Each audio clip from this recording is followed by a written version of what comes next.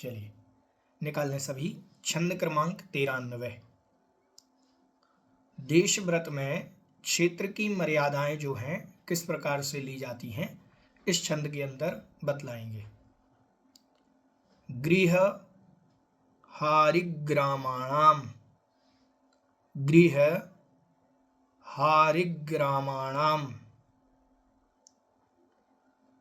क्षेत्र नदी दाव योजनानां च देशावकाशिकस्य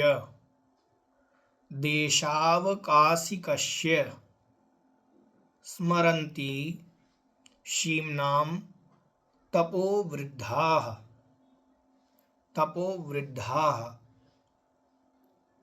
उच्चारण करेंगे। गृहहारिग्रामाणां क्षेत्र नदी दावयोजनानां च देशावकाशिकस्य स्मरन्ति सीम्नां तपोवृद्धाः। गृहहारिग्रामाणां क्षेत्र नदी दावयोजनानां च देशावकाशिकस्य स्मरन्ति सीम्नां तपोवृद्धाः। देखें अर्थ।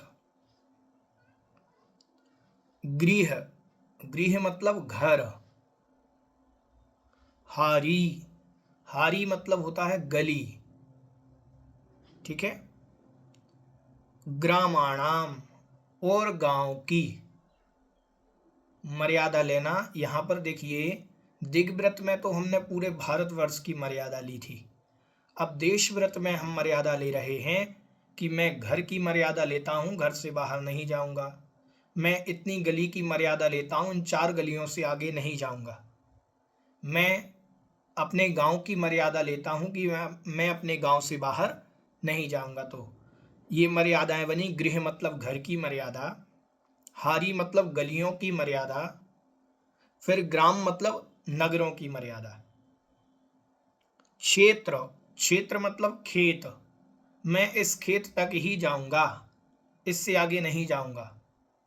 नदी, नदी कोई नगर के आसपास नदी है, मैं इस नदी को पार नहीं करूंगा, यहां तक जाऊंगा। दाव, दाव मतलब होता है जंगल, ठीक है। दाव मतलब क्या होता है? जंगल। आप लोगों ने कभी दावानल शब्द सुना होगा, बहुत सारी पूजन में भी प्रयोग होता है दावानल। दाव मतलब होता है जंगल और अनल मतलब होती है अग्नि। तो जो जंगल की आग होती है उसको दावानल कहते हैं, ठीक है। तो दाव मतलब होता है जंगल। और योजना नाम, और योजन तक, नियम ले लिया 2 योजन, 5 योजन, 10 योजन इत्यादि प्रकार से। देशावकाशी कस्य, देशावकाशी कस्य, देशावकाशिक के। देशावकाशी कस्य मतलब देशावकाशिक के, मतलब देश व्रत के, ठीक है। स्मरंती स्मरण करते हैं, सीमनाम सीमाओं को, देशावकाशिक के, देशावकाशिक मतलब देश व्रत की सीमाओं को स्मरण करते हैं। कौन? तपोवृद्धाः, तप में जो वृद्ध हैं, जिन्होंने उत्कृष्ट तप को प्राप्त कर लिया है, बहुत समय से तप कर रहे हैं, ऐसे तपोवृद्ध मतलब गणधर आदि महाराज, ठीक है।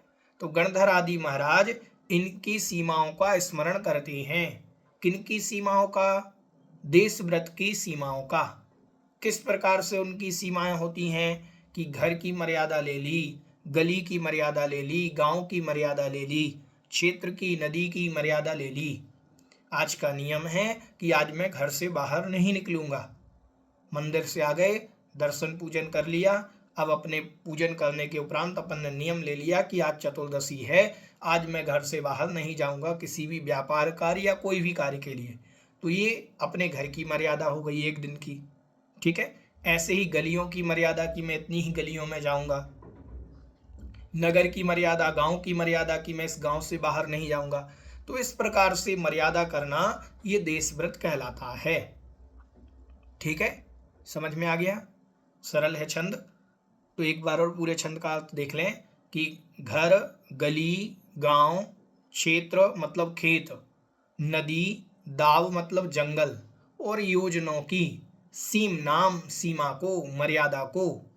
ठीक है, ये किसकी मर्यादाएं हैं? देशावकाशिकस्य, देशावकाशिक व्रत की, मतलब देश व्रत की इन मर्यादाओं को स्मरन्ति मतलब स्मरण करते हैं, जानते हैं।